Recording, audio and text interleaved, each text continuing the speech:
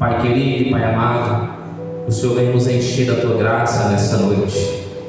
O Senhor vem, meu Pai, nos encher da sabedoria que vem do alto, que vem do Espírito Santo. Derrama sobre nós, Pai, falar aqui, Pai, a Tua vontade. Dando ao meu Pai sabedoria O Espírito Santo me direciona. abrindo a mente da Tua igreja, abrindo a mente do teu povo. Aqueles que estão presentes, Pai, meu aqueles que vão ouvir, meu Pai, uma que venham receber em teus corações, Pai, toda a verdade. Que no tempo e na hora certa, Pai, essa palavra, essa semente, ela venha germinar e ela venha dar fruto, fruto digno de arrependimento. Que a Tua palavra venha trazer cura, que a Tua palavra venha trazer salvação, que a Tua palavra venha trazer arrependimento, que a Tua palavra venha trazer, meu Pai, a graça, venha trazer, meu Pai, que o ímpio venha se arrepender dos seus pecados, das suas transgressões, e se tiver cometido pecado, que o Senhor venha perdoar no nome do Senhor Jesus, meu Pai. Nos dê graça, nos dê sabedoria, nos dê conhecimento em nome de Jesus. Amém? Glória a Deus.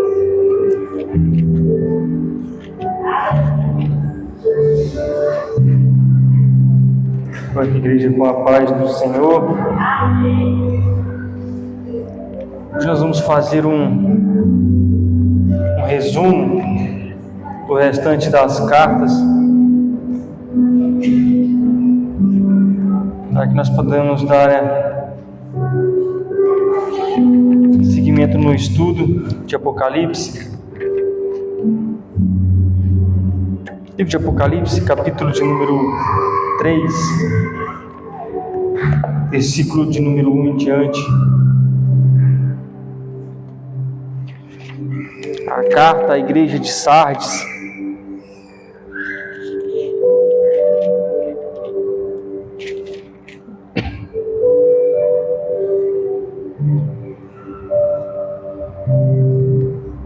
Ao anjo da igreja em Sardes escreva: estas são as palavras daquele que tem os 7 Espíritos de Deus e as 7 estrelas.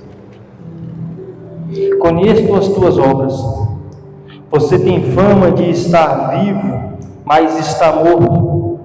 Esteja atento, fortaleça o que resta e que estava para morrer, pois não achei suas obras perfeitas aos olhos de meu Deus. Lembre-se, portanto, do que você recebeu e ouviu. Obedeça e arrependa-se. Mas, se você não estiver atento, virei como um ladrão, e você não saberá a que hora virei contra você. No entanto, você tem aí em Sardes um pouco que não contaminaram as suas vestes.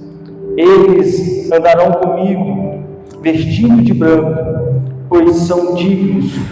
O vencedor será igualmente vestido de branco.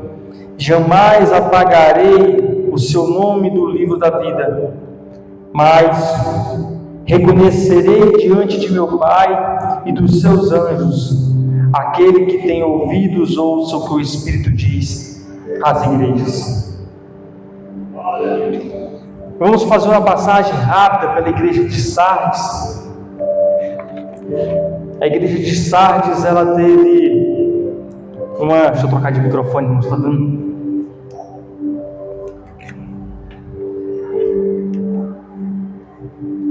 Glória a Deus. Tá, melhorou. A igreja de Sardes era uma cidade conhecida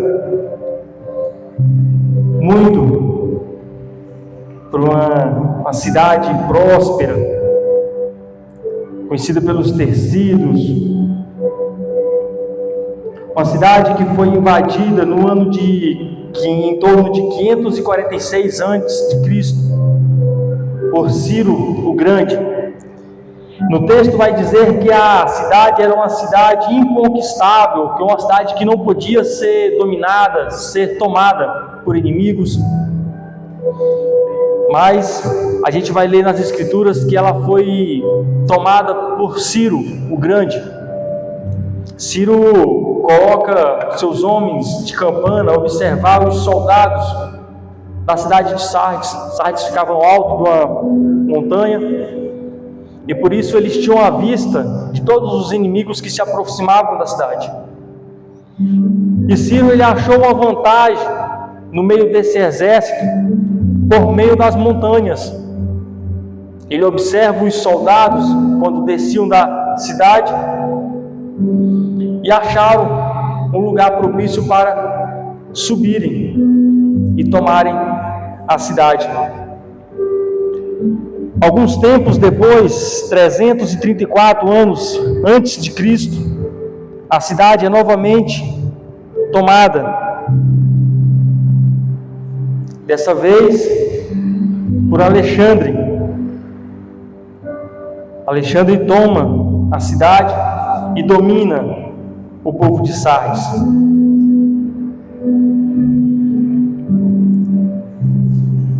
Cerca de 214 anos depois, a cidade ela é novamente tomada, agora dessa vez por Antíoco, o grande da Síria. No texto a gente vai ver que o Senhor, ele tem algo contra a igreja de Sardes. Vai falar que as obras de Sardes, elas não estão de acordo com os olhos do nosso Pai, os olhos de Deus. Uma cidade rica em ouro. O povo retirava os seus ouros no riacho, no ribeiro que passava pela cidade, que chamava-se por Pactolos, aonde a cidade ela tirava a sua renda. E quando o Senhor vai advertir este povo de que as suas obras não eram agradáveis aos olhos do Pai, o Senhor fala para aquele povo que eles se atentem. É aqui, varão, é a caixa de grave, é de energia. O Senhor vai falar para aquele povo para que eles se voltem, se arrependam e voltem aos seus caminhos, aos seus conceitos que Paulo havia ensinado e deixado para que eles seguissem. Deixa eu só tentar corrigir. As palavras de ensinamento de Paulo. Mas o Senhor também vai advertir que muitos não estavam perdidos, estavam andando.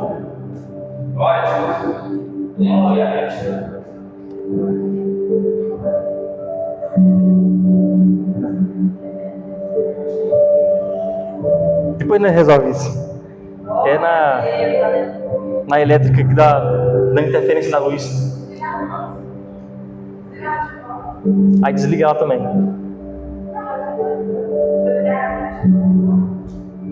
Que ele podia voltar como um ladrão e eles não vissem a hora. E eu, prestando atenção nas outras duas cartas, que a gente vai fazer a leitura delas, tem muito algo em comum entre as três. Pois sobre a igreja de Filadélfia, o Senhor não tinha nada contra aquela igreja, mas o povo se achava pequeno, se achava fraco, eles não se achavam capazes de suportar as tribulações, as perseguições, pois o povo, lembra no antigo livro, no último livro que a gente leu, do povo gnósticos, a batalha do povo da igreja de Filadélfia era justamente contra este povo, um povo que ia contra a reencarnação, um povo que não acreditavam, não seguiam a doutrina de que Jesus reencarnou e havia deixado promessa para nós. Então a batalha do povo da igreja de Filadélfia era justamente contra este povo, contra as doutrinas pagãs. A igreja de Sardes, ela tinha um templo que fora construído, que era de adoração. Com as invasões de Ciro Grande, o povo passa a adorar a deusa. Deixa eu só voltar aqui que eu esqueci o nome da deusa agora, irmãos.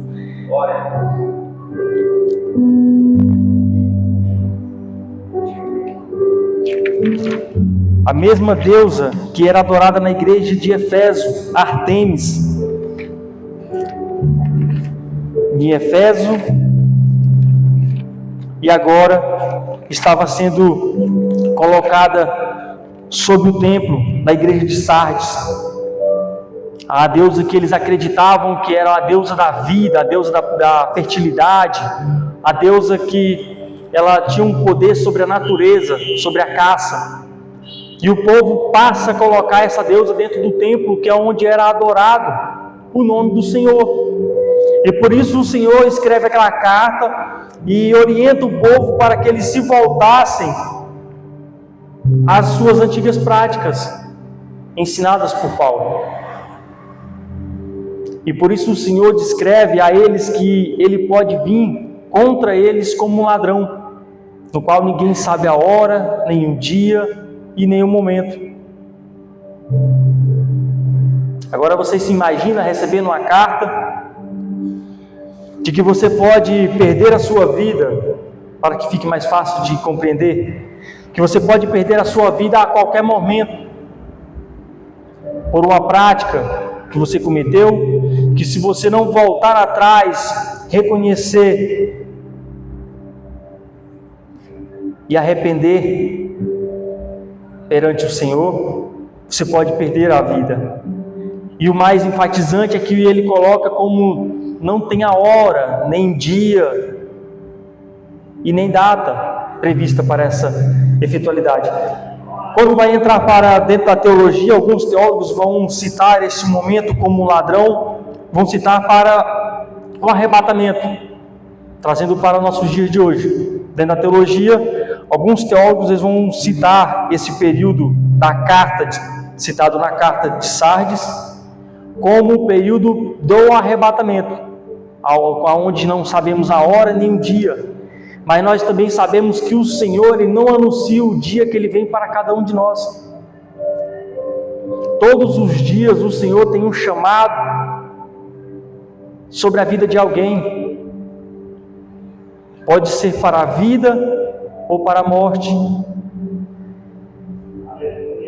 Muitos hoje estão dentro da igreja, estão diante do Senhor, mas vivem em doutrinas pagãs, em doutrinas que não são as doutrinas que foram ensinadas pelo Senhor.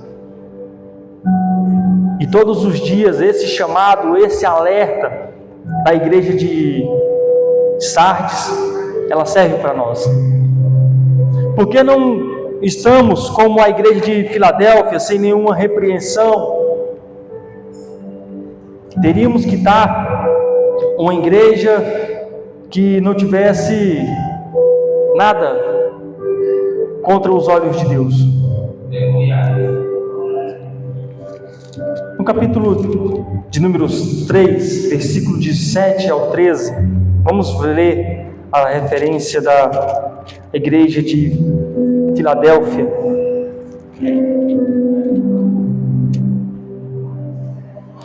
Ao anjo da igreja em Filadélfia escreva: estas são as palavras daquele que é santo e verdadeiro. No nosso material, a gente vai ter o santo e verdadeiro. As mesmas palavras descrevem o Senhor soberano, caracteriza divindade, divino.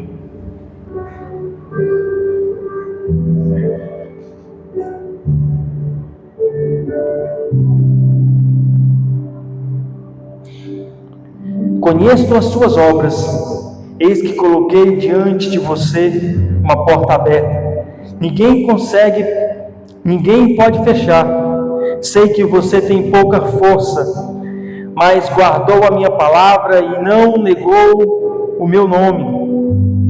Veja O que farei com aqueles que são sinagoga de Satanás e que dizem judeus e não são, mas são mentirosos?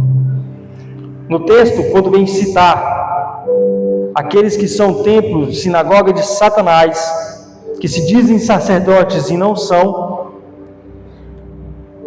esta mensagem ela está citando aquele pessoal lá, os gnósticos.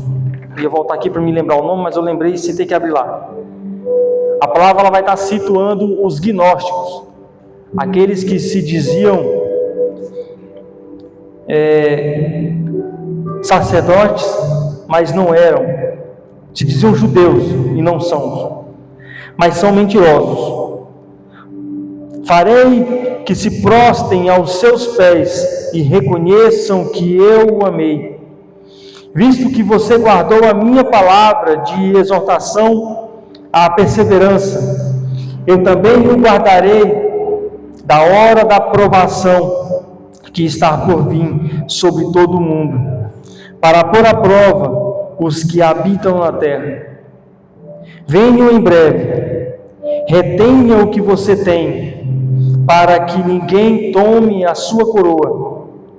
Farei do vencedor uma coluna no santuário de meu Pai, do meu Deus, e dali ele jamais sairá. Escreverei nele o nome do meu Deus e o nome da cidade de meu Deus, a Nova Jerusalém, que desce dos céus da parte de Deus, e também escreverei nele o meu novo nome. Aquele que tem ouvidos ouça o que o Espírito diz às igrejas. Quando o Senhor refere-se aqui no versículo de número 11, venho em breve, retornarei a vocês, para que ninguém tome sua coroa. Não é o 11. Visto que você guardou a minha palavra de exortação à perseverança, e também guardarei a honra, a aprovação que está por vir sobre todo o mundo, para pôr sob prova todo habitante desta terra. Não era o 10 também?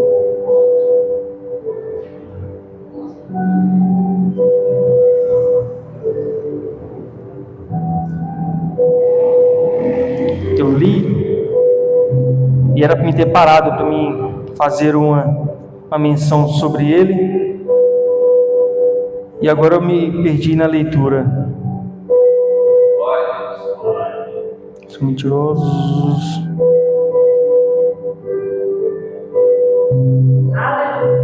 Glória a Deus. Achei aqui, é no 11 mesmo, irmãos. Venham em breve, retenham o que você tem, para que ninguém tome a sua coroa. Quando o Senhor diz aqui, retenha o que você tem, o Senhor vem falar da fé do povo de Filadélfia. O Deus, ele marca Jesus quando ele coloca por intermédio do anjo e entrega para João, e pede que João entregue às igrejas as cartas. O Senhor, ele destaca a fé e a obediência do povo da cidade de Filadélfia, e adverte a eles que eles guardem, para que ninguém tome a sua coroa, para que ninguém viesse mudar a sua fé, o seu conhecimento, o seu entendimento, e tirassem de si a salvação. Porque quando a gente lê a respeito de coroa, é a coroa da vida eterna. Então o Senhor adverte aquele povo, um povo que se achava fraco. A gente leu até no começo da leitura: conheço as suas obras e coloquei diante de você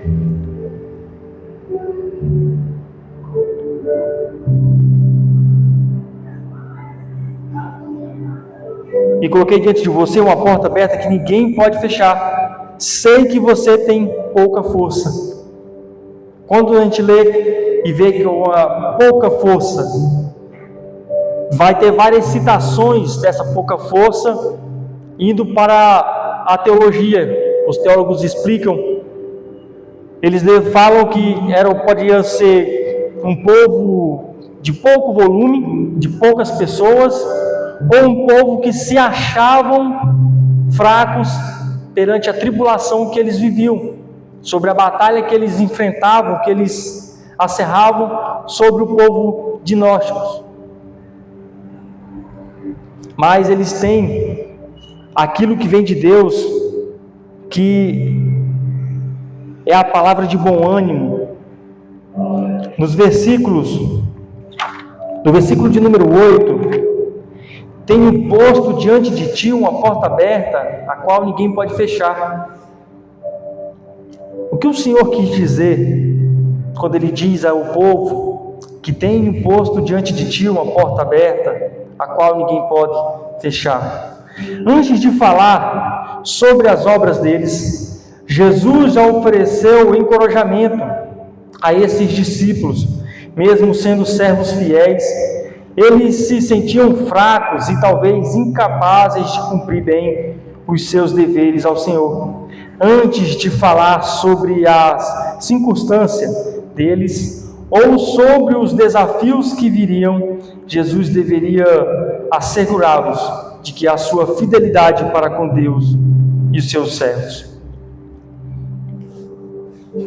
Portas abertas representam acesso e oportunidades.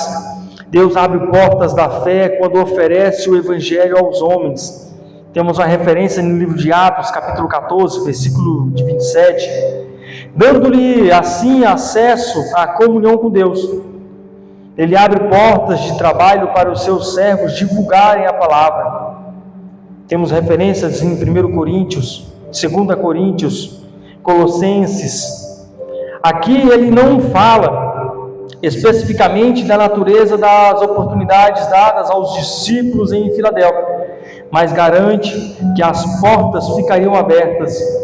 Hoje, quando Deus abre portas de oportunidades para nós, devemos aproveitá-las. Tem a referência lá em Tiago, capítulo 4, versículo de número 17. Trazendo este trecho para nossas vidas, portas que o Senhor abre diante de nossas vidas e nós mesmos a fechamos. Tem momentos de nossas vidas que passamos por problemas, dificuldades, e misturamos estes problemas, essas dificuldades, e levamos para a nossa vida adiante, para dentro de casa. E muitas das vezes essas portas no qual o Senhor vai se referir ao povo da igreja de Filadélfia, muitas das vezes a gente mesmo fecha essas portas. A gente bate essas portas e acorrenta, atrapalhando o agir de Deus sobre as nossas vidas e sobre a vida de alguém que poderia receber da nossa parte algo de Deus. A gente acaba atrapalhando o mover de Deus sobre a nossa vida e sobre a vida de alguém. E quando o Senhor diz que tem pouca força, é o que muitas vezes nós dizemos, que nós estamos fracos, que não aguentamos, que não somos dignos da obra e do encargo que Ele colocou sobre nossas vidas. Fraqueza nem sempre sugere pecado. Jesus não condena esta igreja por nenhum erro, mas diz que ela tinha pouca força.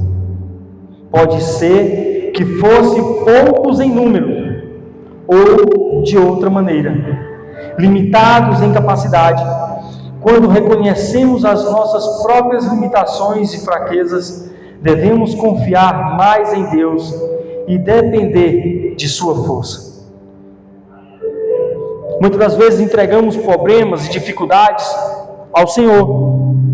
Fala, Senhor, eu não consigo resolver. E no meio do caminho a gente se depara, a gente tentando tomar aquilo que a gente entregou nas mãos do Senhor, que a gente se disse confiar na sua vontade, e nós nos deparamos tentando tomar aquilo que a gente entregou às mãos dele para as nossas próprias forças. E então o Senhor vai nos permitir viver mais uns dias sobre aquela situação, sobre aquela tribulação. Tem a referência lá em 2 Coríntios, capítulo de número 12, versículo 9 e 10. Vamos abrir para a gente ver que referência o Senhor vai nos dar ao citar que a gente devemos confiar mais em Deus e depender de sua força. 2 Coríntios, capítulo 12, versículo de número 9 e 10.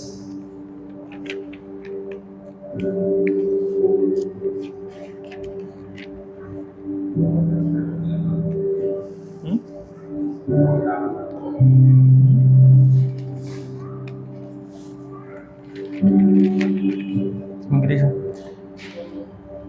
Achou aí, mano? A senhora quer ler? 9 e 10. Capítulo 12, versículo 9. E disse: a minha graça te basta, porque o meu poder se aperfeiçoa na fraqueza.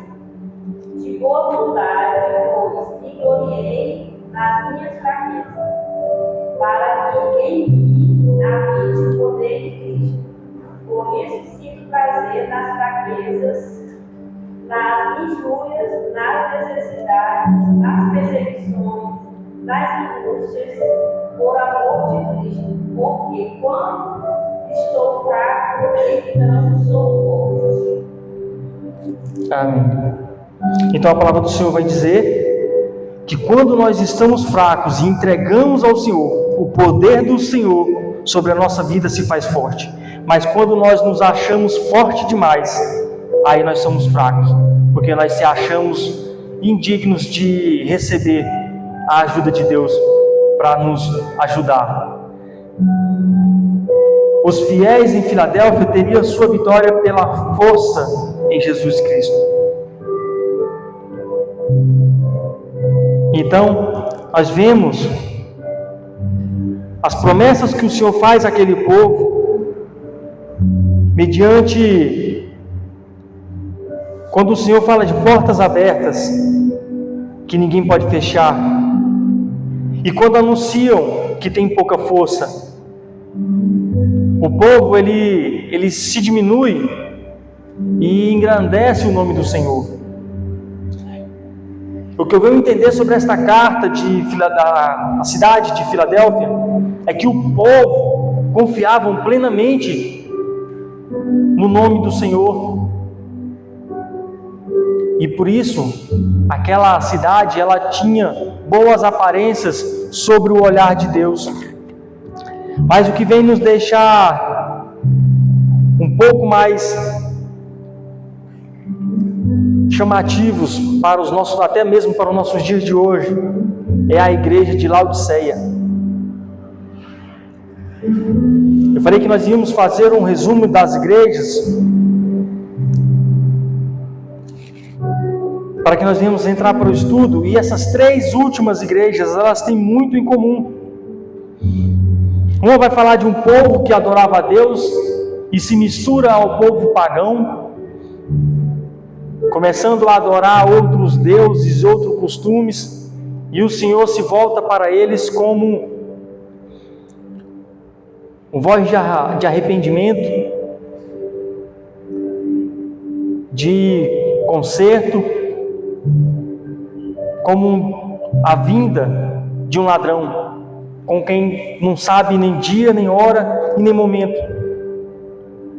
Se direciona à igreja de Laodiceia com boas palavras, de uma igreja que tinha bom ânimo e fé e guardavam as doutrinas do Senhor, mas o Senhor também leva uma palavra de advertência para o povo de Laodiceia, aonde essa carta ela vai se agregar muito mais aos dias de hoje do que eu acho que para aquela época. Eu acredito que o Senhor ele escreve todas as coisas baseadas no seu conhecimento, no seu entendimento de todas as coisas que foi criada. Mas por quê? Porque uma carta, uma escrita que foi deixada há 2000 anos atrás. E ela vem servir justamente para o tempo de hoje. A gente vai fazer uma leitura maior agora sobre o livro de Laodiceia, que a gente vai ver que esta carta, essa cidade, ela se identifica muito com o povo cristão de hoje.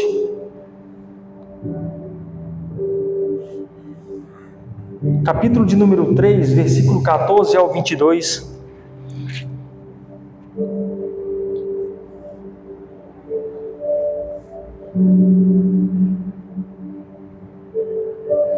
Ao anjo da igreja em Laodiceia escreva: estas são as palavras do Amém. Aqui já se mudou o pronunciamento do Senhor para com o povo de Laodiceia. Estas são as palavras do Amém, que tem o significado de certamente ou verdadeiramente, mais usada para o nosso linguajar, verdadeiramente, ou as palavras da verdade. A testemunha é fiel e verdadeira sobre o soberano da criação de Deus. Conheço as suas obras, sei que você não é frio nem quente.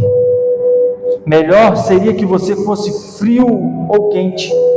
Assim, porque você é morno, não é frio nem quente, estou a ponto de vomitá-lo da minha boca. Você diz: estou rico, adquire riquezas e não precisa de nada. Não conhece, porém, que é miserável, digno de compaixão, pobre, cego e que está nu. Dou este conselho: compre de mim ouro refinado no fogo, e por você se tornará rico. Compre roupas brancas e veste-se para cobrir a sua vergonhosa nudez. E compre colírio para ungir os seus olhos e poder enxergar. Repreendo e disciplino aqueles que eu amo. Por isso, seja diligente e arrependa-se. Eis que estou à porta e bato. Se alguém ouvir a minha voz e abrir a porta, entrarei e cearei com ele, e ele comigo. Ao vencedor darei o direito de sentar-se comigo em meu trono, assim como eu também venci e senti-me com o meu Pai, e sentei-me com meu Pai em seu trono. Aquele que tem ouvidos ouça o que o Espírito diz às igrejas.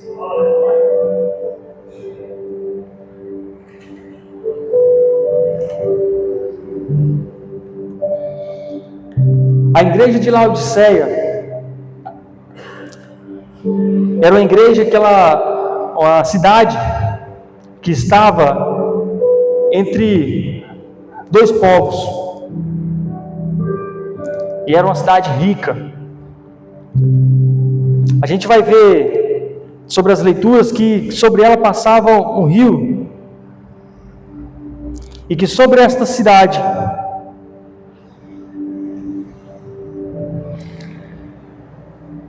a cidade era conhecida por produzir lampreta, um tipo de colírio para os olhos, e também como um centro bancário. Por isso eles achavam que não necessitavam de mais nada. E Deus os advertiu que mais antes eles fossem frios ou quentes e não mornos, pois ele os vomitaria por não serem nenhum e nem outro. Nós vamos fazer aqui a leitura do nosso material. Ele vai nos explicar o porquê o Senhor falava e se relacionava sobre este povo como um povo morno. A igreja de Laodiceia, citada no livro de Apocalipse, Aqui, no capítulo 1, de 1 ao 11, e na carta de Paulo aos Colossenses, as cidades de Laodiceia, Colosso e Hierápolis ficavam no vale do rio Lico. Laodiceia situava-se no local da cidade moderna de Denizli, Turquia, no cruzamento de estradas principais da Ásia Menor. Antigamente, a água da cidade vinha via aqueduto das fontes termais ao sul da cidade. Até chegar a Laodiceia, a água ficava morna.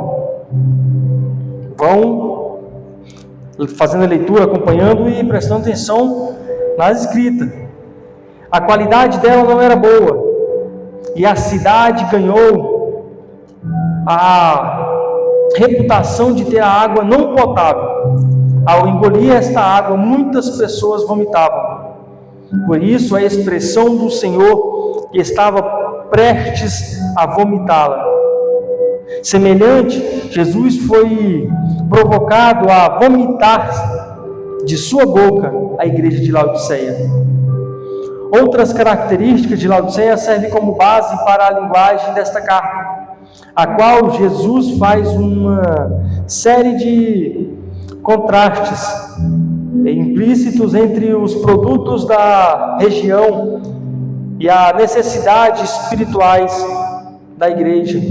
Laodiceia foi conhecida como um centro bancário, e a região produzia lã preta e um tipo de colírio para os olhos.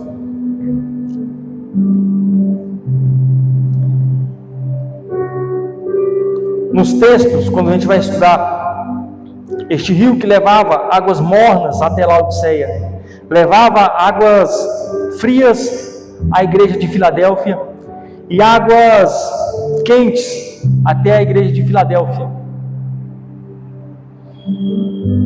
Águas quentes que eles usavam para tratamentos medicinais, que se diziam boas para alguma coisa. A água fria, porque era boa para o uso, o consumo e para beber, mas a água morna, ela não servia para nada. A água morna, quando o povo bebia, com água que não era potável, o povo sentia ânsias de vômito. E por isso vem a expressão do Senhor para a igreja de Laodiceia, que mais antes ela fosse quente, que serviria para alguma coisa, para curar, ou que ela fosse fria, que servisse a ponto de ser bebida, mas não morna, pois ela estaria no meio termo. Mas o que tem a ver hoje com o cristão da atualidade? Muitos cristãos hoje estão em cima do muro, nem são crentes e nem são do mundo. Por isso que o Senhor vem falar: aqueles que estão no pecado, aqueles que estão sujos, que se sujem mais, mas aqueles que estão limpos, que estão buscando a santidade, que se purifiquem mais, para que não estejam sobre o lugar ao Laodiceia. Vira o tamanho da semelhança entre as três igrejas, das advertências do Senhor.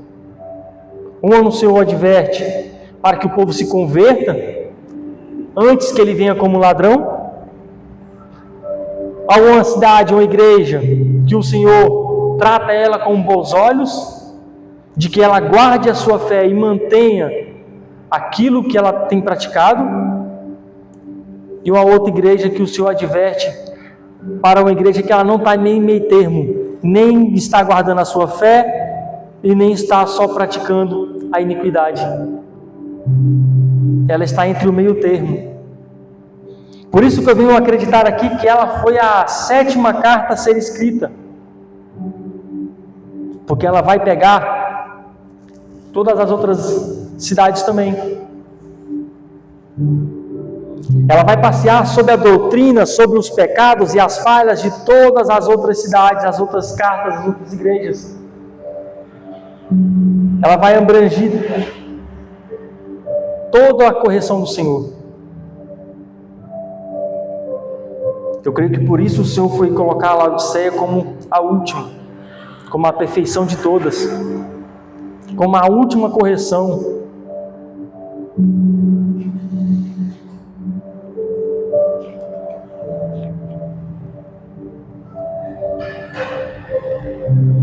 Temos eu marquei alguns estrofes que vêm falar, que vêm explicar melhor que nem és frio nem quente, quem dera fosse frio ou quente. Está no versículo de número 15. As águas termais de Herápolis ajudavam no tratamento de alguns problemas de saúde, como eu tinha citado agora há pouco, as águas quentes. As águas frias de Colosso eram boas para beber, mas as águas mornas de Laodiceia basicamente não serviam para nada, só davam ânsia de vômito. No versículo 16: assim porque és mortos, nem és quente, nem frio, estou a ponto de vomitar-te da minha boca. Jesus olhou para a igreja de Laodiceia, contente no seu estado de autoeficiência e falsa confiança, e sentiu vontade de expulsá-la de sua presença.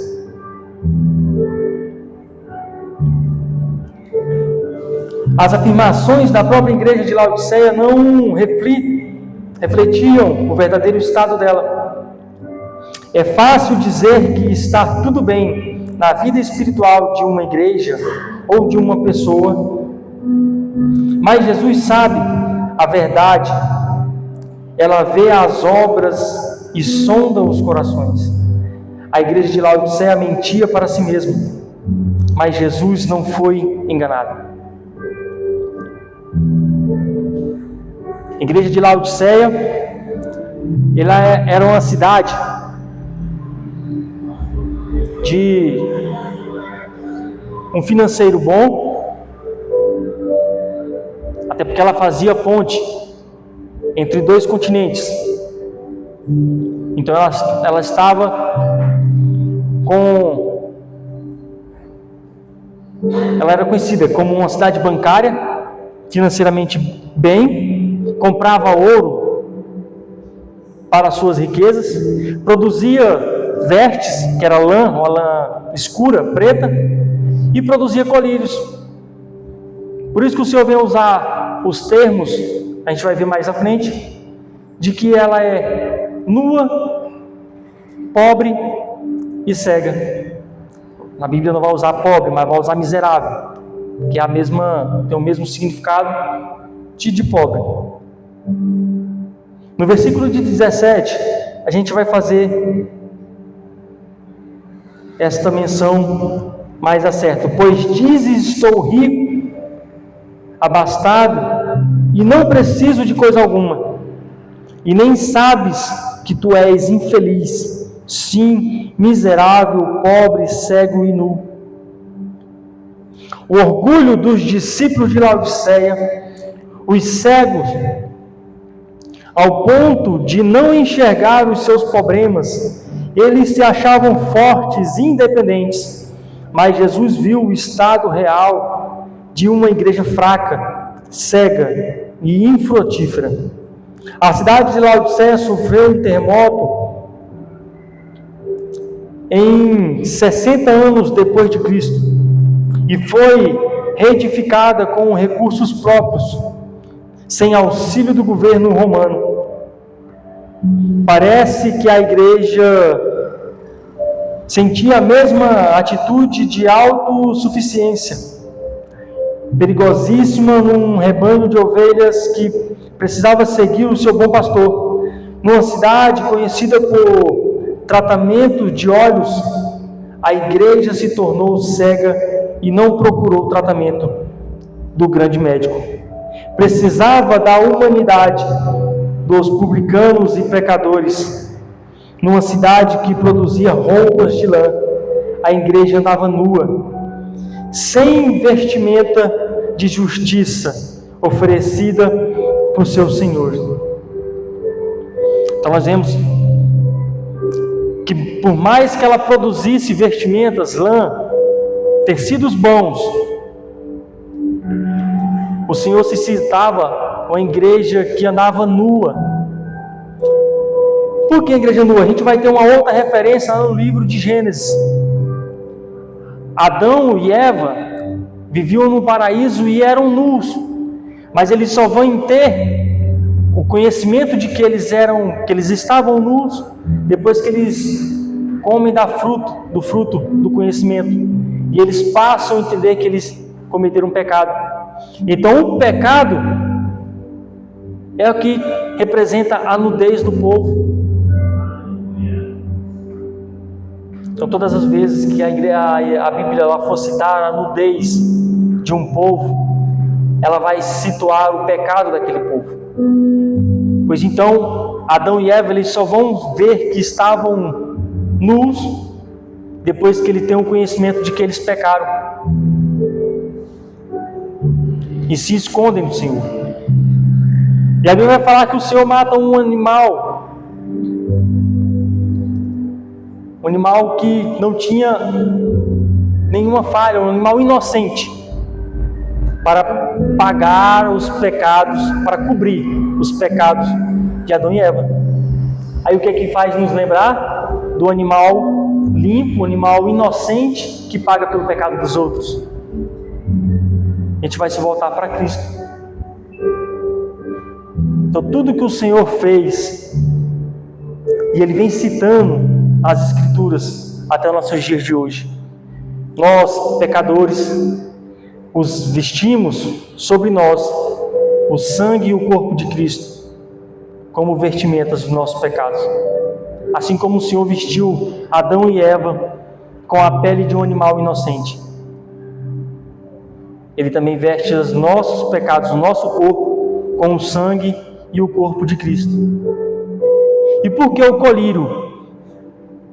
A cidade era produtora de um colírio para tratamento dos olhos, mas era cega. Ela não enxergava a sua falha, e ela se dizia estar bem, ela se dizia não precisar buscar a cura, que era o Evangelho, que eles estavam se afastando. Eu venho entender que uma cidade que ela servia de um monopólio financeiro de estados, de regiões, onde em uma rota, se depois tiverem a curiosidade, forem pesquisar o mapa, ela ficava entre um território e outro. Então ela servia de ponto de ligação entre as 7 cidades e um outro continente. Então toda a região passava por ela para chegar ao outro lado. Então eles se acham que estavam bem demais financeiramente, que eles não podiam se firmar apenas em um ensinamento, e se desvairavam da palavra do Senhor, deixavam passar batido os ensinamentos. Já vi muitas pessoas que se acham muito entendedoras da palavra do Senhor, que você vai conversar com ela, ela sabe de tudo, ela nunca está errada, e sempre o dela está certo, e é melhor do que de todos. Podemos tirar com a igreja de Laodiceia, a igreja que se via com um financeiro bom, com um mercado bom, mas estava cega, não conseguia ver que o seu espiritual estava afundando, estavam se afastando do Senhor. E o Senhor veio usar na citação de que eles eram pobres, miseráveis, porque só se voltavam para o ouro que compravam, Mas o Senhor vem falar que eles tinham que comprar o ouro dos céus. O que é o ouro dos céus? O que o Senhor quis dizer quando que comprem ouros de mim? O que o Senhor tem a nos oferecer? Quando o Senhor vem se referir a ouro, Ele vem se referir à salvação, à vida eterna. Tem a passagem, eu não vou lembrar qual que é a passagem, mas ela vai falar que a gente não acumule na terra ouros, prata, bens, mas que nós buscamos a nossa salvação. E o povo de Laodiceia estava acumulando, comprando e estocando ouro. E o Senhor vai dizer àquele povo, advertir a eles, para que eles se voltassem para comprar os ouros dos céus, que é a nossa salvação, aquilo que o Senhor nos prometeu.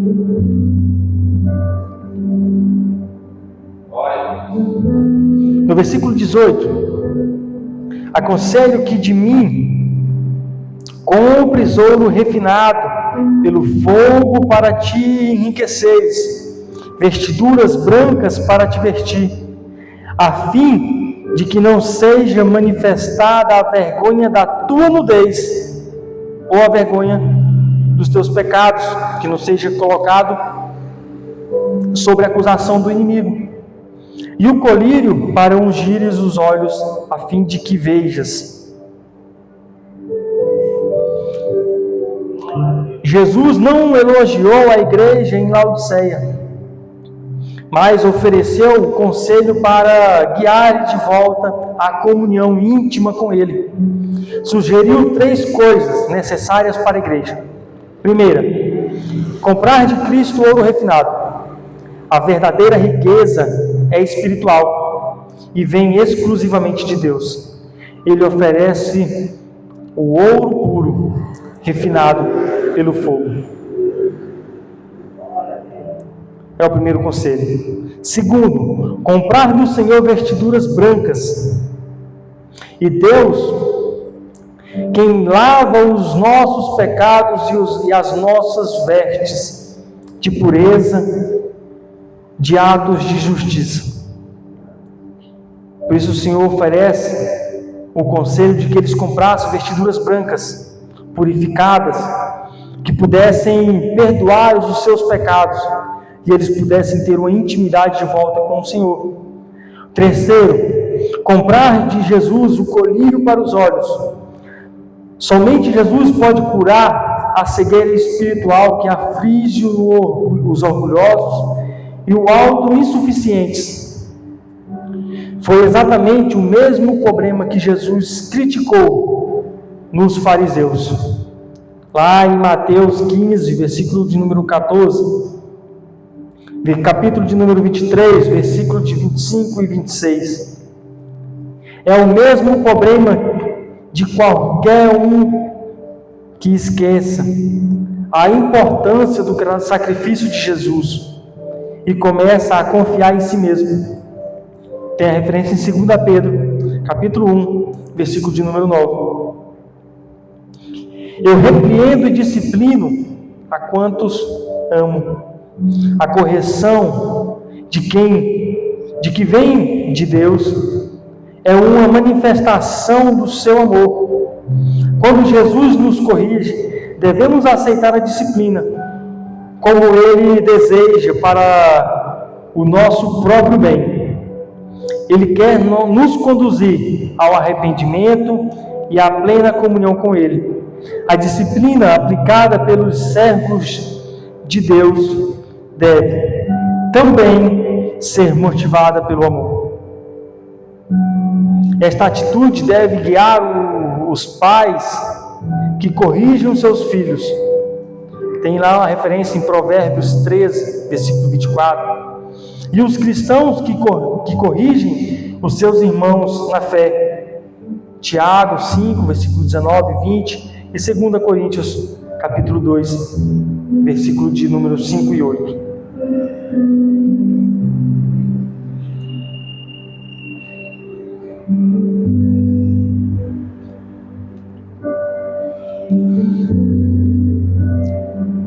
No No versículo 20: eis que estou à porta e bato. Se alguém ouvir a minha voz e abrir a porta, entrarei em sua casa e cearei com ele, e ele comigo.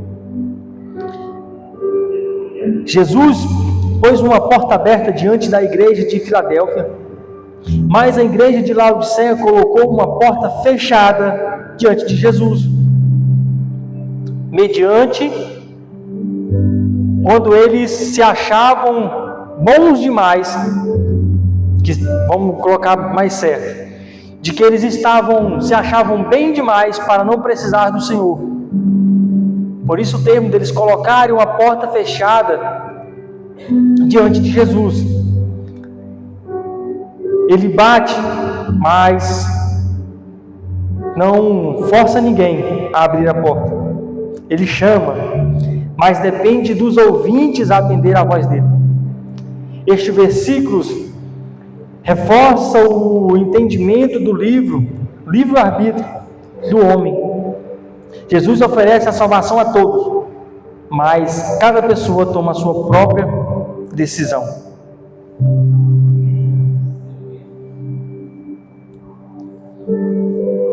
Nesse versículo, eu tomo para mim, a vez que eu citei no último ensino, de que Jesus não força ninguém a servir a Ele. Por isso citei o termo de que quando nós saímos debaixo das mãos do Senhor, estamos sujeitos às tribulações do inimigo. O Senhor não nos obriga a servir a Ele ou ir fazer alguma obra que Ele tem para nós. Porque somos atingidos por enfermidades, por tribulações, quando vem o chamado do Senhor. Porque o inimigo sabe do nosso chamado e ele tenta contra a nossa vida. Muitas das vezes a graça do Senhor, pelo chamado, elas nos guarda das acusações e das tentações do inimigo, das ciladas. Por isso, muitas das vezes o povo pensa que porque aconteceu algo com alguém, é o Senhor permitindo ou tocando naquela pessoa para que vá a Ele. Mas é apenas a permissão do Senhor para a pessoa não estar debaixo de suas mãos. Ela está vulnerável ao inimigo. E o inimigo vai tocar por saber do seu chamado. Satanás, ele está no mundo desde o princípio. Ele conhece a tua história desde o teu tataravô. Ele conhece os projetos do Senhor sobre nossas vidas. Então, quando o chamado de Deus ele vem sobre a nossa vida, o inimigo ele vai se levantar para tentar sobre aquela vida, para que os projetos do Senhor não se cumpram sobre aquela vida e que ele ganhe mais um para a derrota com ele. Entrarei e cearei. Ambas as figuras aqui representam a comunhão com Cristo. Ele entra na casa e habita naqueles que obedecem a palavra dele. Em João 14:23, cear com alguém sugere uma relação especial de estar de acordo ou em comunhão. No caso aqui, de estar de acordo ou em comunhão, é aceitar e acreditar de que Jesus morreu e ressuscitou e que pagou as nossas dívidas e os nossos pecados. Ele levou com Ele. Por isso que nós temos como uma simbologia o batismo em águas, para que nós anunciamos para todos aqueles que veem a nossa imersão, né? Fala como mergulha? Imersão, né? Quando o povo vê a nossa imersão, a gente é o mesmo que a gente está anunciando, que a gente morre para o mundo e ressuscita para Cristo. Por isso a expressão entrarei e cearei.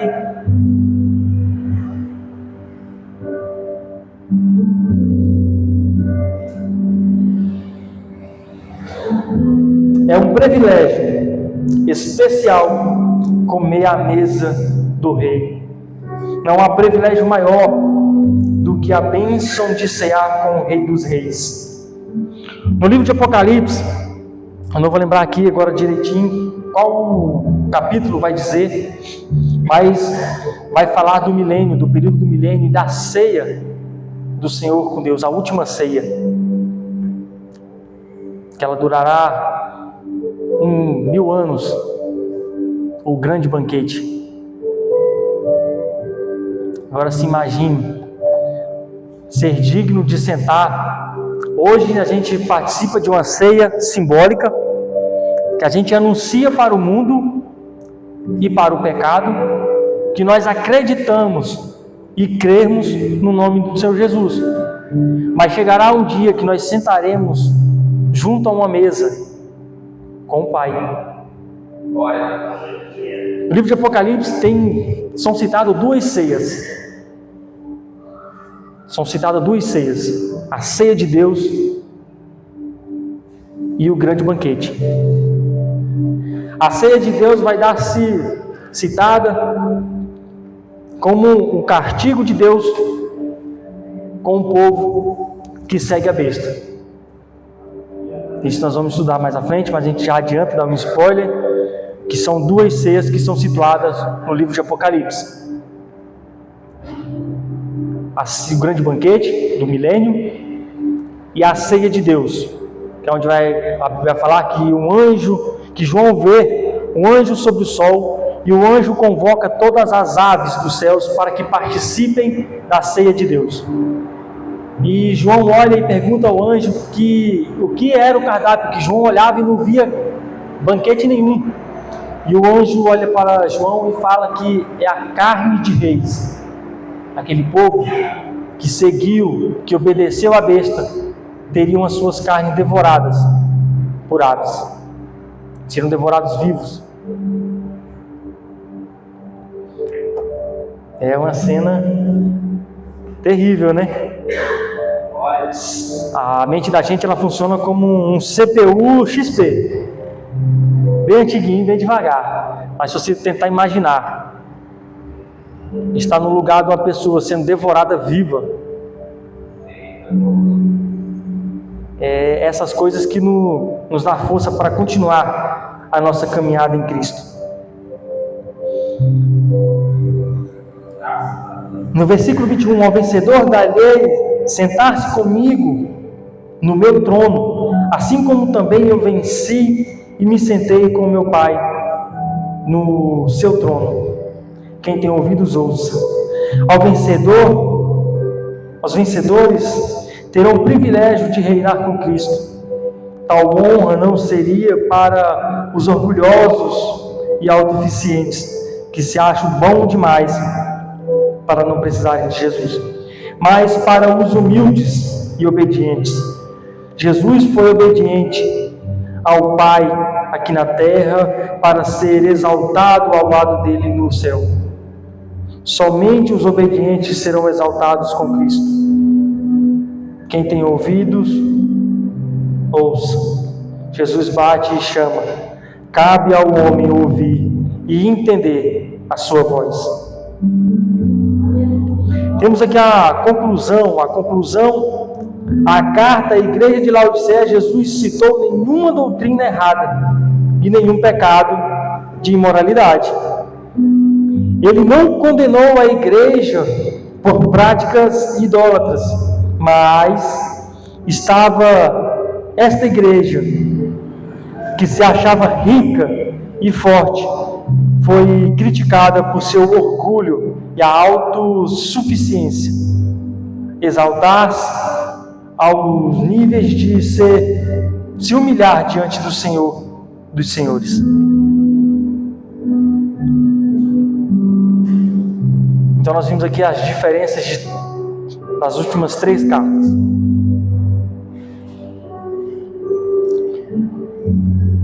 Uma cidade que se deixava levar para as falsas doutrinas e religiões pagãs.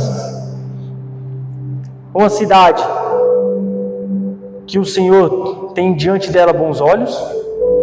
E uma outra cidade orgulhosa e que se acha forte demais para não ter que se ajoelhar ou se humilhar diante do Senhor. As idolatrias, elas não entram, ou entram dentro de muitos cristãos. Eu ia falar que não entrava, mas eu me lembrei a mesma citação que eu não consegui falar no culto passado, que eu comecei e não... No velório da minha avó, vi no meio dos nossos parentes muitos cristãos querendo levantar altares em túmulo. Se a igreja não sabe colocar em cima de um túmulo fotos, flores, velas, é levantar um altar à pessoa, é adorar aquela pessoa. Uma tia minha veio me perguntar se era normal, se podia colocar cruz. Eu perguntei a ela qual era o significado de colocar cruz lá. Porque não tem nenhum significado. Colocar a cruz sobre o túmulo de uma pessoa, qual o significado da cruz para você?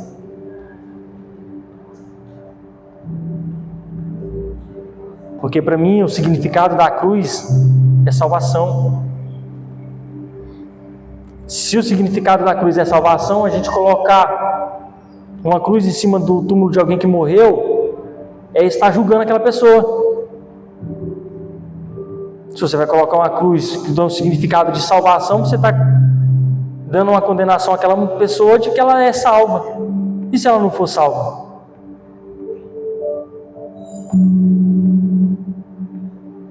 É errado? Também não sei, mas também não é certo. Fica divisões, de pensamento, mas respaldo bíblico não tem.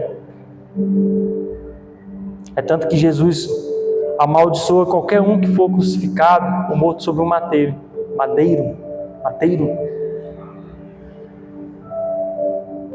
Engraçado, né? Então que nesse estudo de hoje a gente venha entender e reconhecer que nós não somos ninguém perante a face do Senhor e perante a sua graça. Nós todos somos miseramente ninguém e nós precisamos da sua graça e da sua misericórdia todos os dias. Independente de dinheiro, independente da saúde, classe social, nós temos que nos prostrar diante dele todos os dias e agradecer pelo sopro de vida.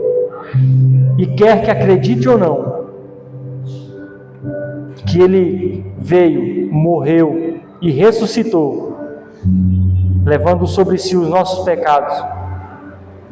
No dia que ele voltar para o nosso juízo, aqueles que não acreditam verão a sua glória. Amém? Eu agradeço a oportunidade. Glória a Deus.